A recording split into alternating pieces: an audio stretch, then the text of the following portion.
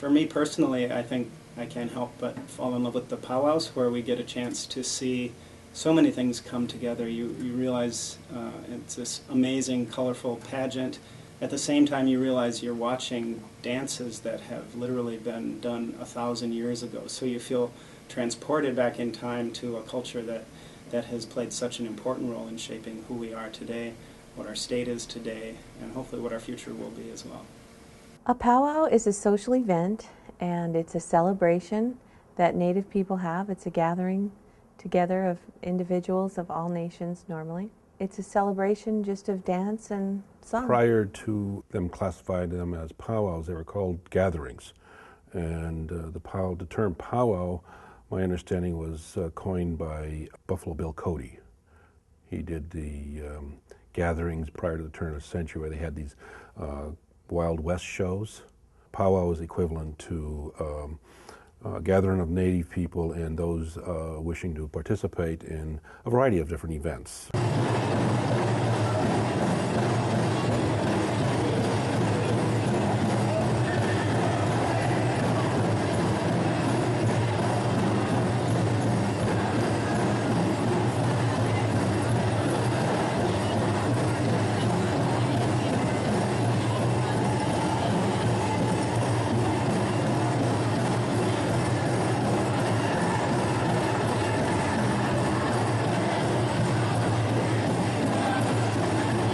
The grand entry it marks the very beginning of the powwow, and it's the most beautiful moment. The grand entry is when everyone stands up and they bring the flags in, and they'll bring the flag of the nation, the specific Dakota nation to reflect our sovereignty. They'll bring the flag of the United States to reflect our citizenship. They'll bring the flags of possibly Canada sometimes if you're in a Dakota powwow. When the Dakota were exiled from the state of Minnesota, Canada allowed the Dakota to come there and maintain their language and their culture. So the flags come in, and then there'll also be staffs that represent different families or different things, eagle staffs. Those will come in. We'll have a song, an opening song, and then the MC will introduce who is it and what flags are they carrying, who are carrying those flags. Usually veterans will honor the veterans. They'll introduce the drums from whichever area they come from. So it's really a way for the general public who's not familiar with the powwow to see what kind of like a little bit of what they're going to see all day, and it explains it. These are jingle dress dancers. These are women fancy dancers. These are men fancy. So they get to see a little bit of what they're going to see all day. All of the participants in the powwow would be part of the grand entry. All of the dancers, all the singers, all the drummers, they'd all parade, if you will, around the grandstand area so that people could see them.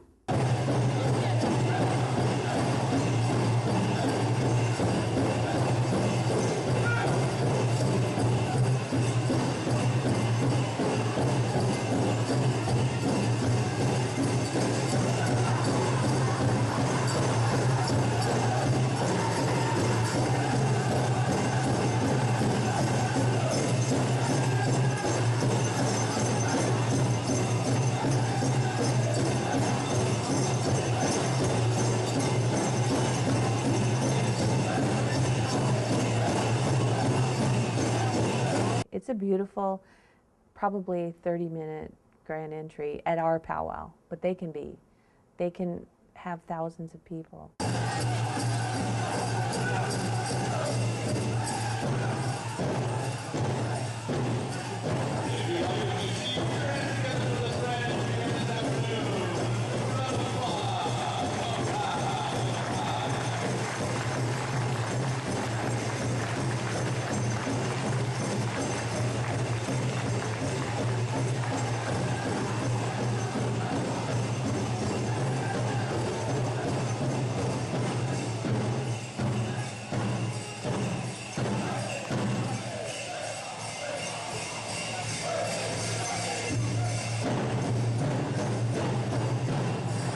There are many, many different dances. I'm overwhelmed by the number of different dances that there are based on nation to nation.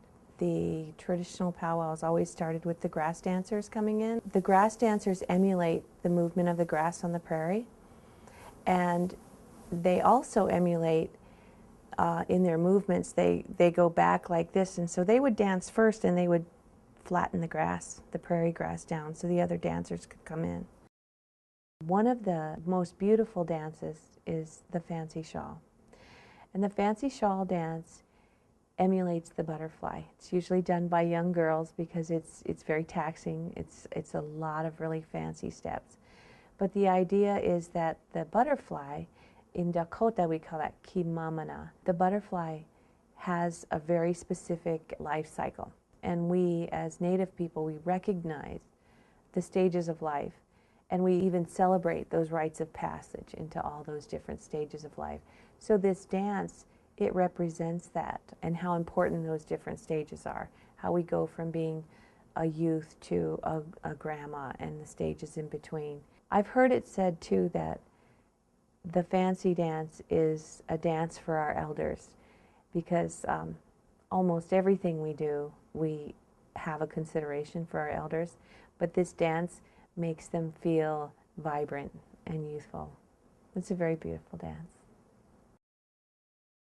A powwow, traditionally, was a celebration. It was a celebration of a great buffalo hunt, or possibly the success of overcoming an enemy, or anything. It was a celebration. And I think in the 20s, Prohibition changed it a lot by paying Native people to come and dance. And it changed the traditional element of it in that it wasn't sensational enough, our grass dance regalia. And so it added another element of dance called fancy. The fancy shawl steps are very much like dances of the 20s. They required much brighter colors, but it was just more sensational. So that was the impact of the 20s. Outfits today are much more in tune to today's type of more colorful. They're made of more synthetics. The traditional dancer is still pretty much the same. Traditional dancers require that they wear certain types of animal clothing, animal hides and feathers of the eagle and that type of thing. Grass dancers and fancy dancers of today wear these very colorful outfits that are made out of contemporary type material. The nice part about it is when they're dancing and they're performing, there is a kind of association with the different types of animals. If they're doing a dance that's going to be interpreted as a bird or an eagle, there's certain parts of the dance that makes it look like you're flying, or these type of activities. Before we ever put that regalia on, we have to feast that dress. Or there's a song that's thousands of years old that has come up through the generations just for that dress for Dakota people. The regalia is normally made by families. Many people dream their regalia. We believe in 7 senses, so not just the 5 senses, but we believe in intuition in addition to the 5 senses. Intuition and the ability to see the future through our dreams. So we really count on those dreams, and we look forward to them. We remember them, and we talk about them a lot. So if we are going to dance, it's usually because we've had a dream, and we've had a dream about how that regalia needs to look. We might just dream elements of it or the whole thing. I've heard some people who have dreamed their specific outfit. They take so long to make, it's usually a whole family that does it. Whoever is good at the beadwork will do the beadwork. Maybe somebody sews. Maybe somebody can get the feathers. You know, there's a whole lot of things that go to making that regalia. And usually it takes years and years to get all the pieces together. The main regalias are, the traditional dancer wears all natural, buckskin, brain tan leathers, deer hides. The feathers are all eagle feathers. The outfit is to be one that is made for him, and nothing is purchased, everything is given. The jingle dress originally started off as Copenhagen. You remember Copenhagen, the chewing tobacco, the tops of them were made out of tin, and you'd twirl them and make a jingle out of it. That's how they originally started off back in a long time ago, probably mid-1800s, late 1800s when the jingle dresses came about. Things that people were discarding were being used to make outfits or regalia that were going to be used in some form of celebration. So then you got the shawl dance, which is, again, it's a, you know, historically, traditionally, the shawl need to be made by someone and given to you. And then the outfits, the regalia is always designed according to either your culture or your tribe. The Ojibways have a floral design to everything. Their designs are all floral. Lakota people, Nakota have a geometric design to theirs. The setup of a powwow is in a circle.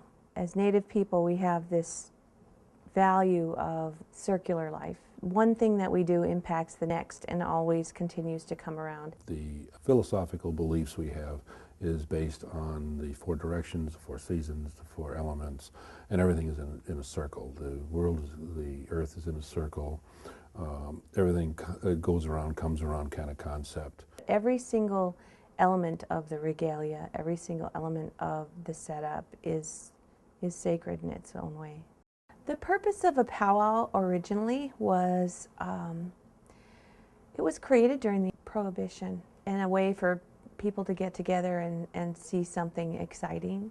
And so they would pay Native people to do some dancing, and that was the origination of it. The gatherings were a way of bringing different clans and different tribes together, and they were originally designed for purposes of commerce.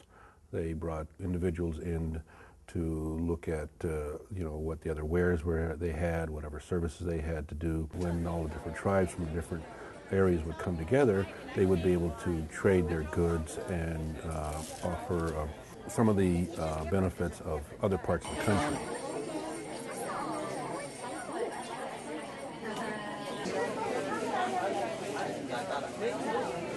People always think it's easy to do, but it's not.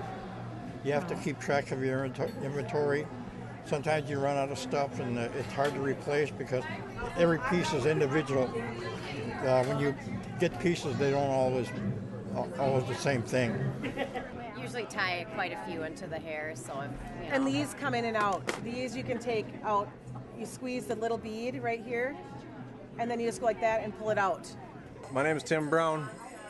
I'm a White Earth Ojibwe, and I'm an artist, but I'm also work for the Osseo area schools here. This is my sparkle booth. I'm the woman that brings bling to Minnesota.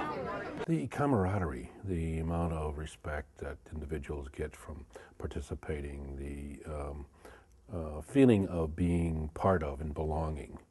One of the true traditional aspects of the indigenous people is that we welcome everyone. We don't have a thing about, you know, everyone is always welcomed, everyone is always accepted, everyone has always been treated with respect. There are no people excluded. It's a public event. It is a way for Native people to celebrate and show their culture to the general public. I think sometimes people think that there is a spiritual or religious part of that maybe they don't belong or they're not welcome to see, but it's completely a social, fun event and everyone's welcome. Different types of ceremonial outfits are worn for different types of dancing. So you see Native people dressed in regalia and doing dances and dance steps that are representing the oldest cultural knowledge on this continent. So that's really exciting. And you have a group of Native people who are very proud and knowing that cultural knowledge and showing it to the general public. And then you have the general public who are able to witness this you know, beautiful expose. I think When someone attends a powwow that's never been, they're overwhelmed with information and just not knowing that Native people are even still here. I think the larger community doesn't sometimes even realize that there's that many Native people and that they're that connected. Anyone can dance at a powwow when they say it's an intertribal. And so intertribal just means that anybody can come out and dance. And it's the MC's job to tell people who come, especially non-Native people, hey, come out here. You're welcome. We want you out here.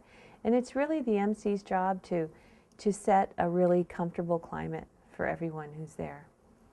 I think what's really important about powwows is that, especially if you are not Native, you know, sometimes it's really difficult. It's a difficult feeling to walk into a cultural event where you don't see yourself as mirrored more than half the time.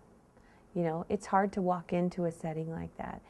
And I think it creates, in order to find yourself as a non-Native person at a powwow, you're kind of exposing yourself, you know. But it creates these relationships, and I think it creates understanding. It bridges the gaps between cultures. And it's something that me, as a Native woman, I do all the time. I can step into other environments and feel that uncomfortableness. But the idea is establishing relationships and understanding and seeing face value who someone else is, where they come from, what's important, what's different about us. And it's important. It creates really good, solid relationships. And one of the examples I use with my children especially, and I say, you know, you don't ever want to be the same. You want to be different. So if you go into a place and everybody's the same, but one person's different, who are you drawn to? The person that's different. So it's not always bad to be different. It's just, you know, it makes life interesting, and it makes us broader thinkers and deeper thinkers, and, you know, more interesting.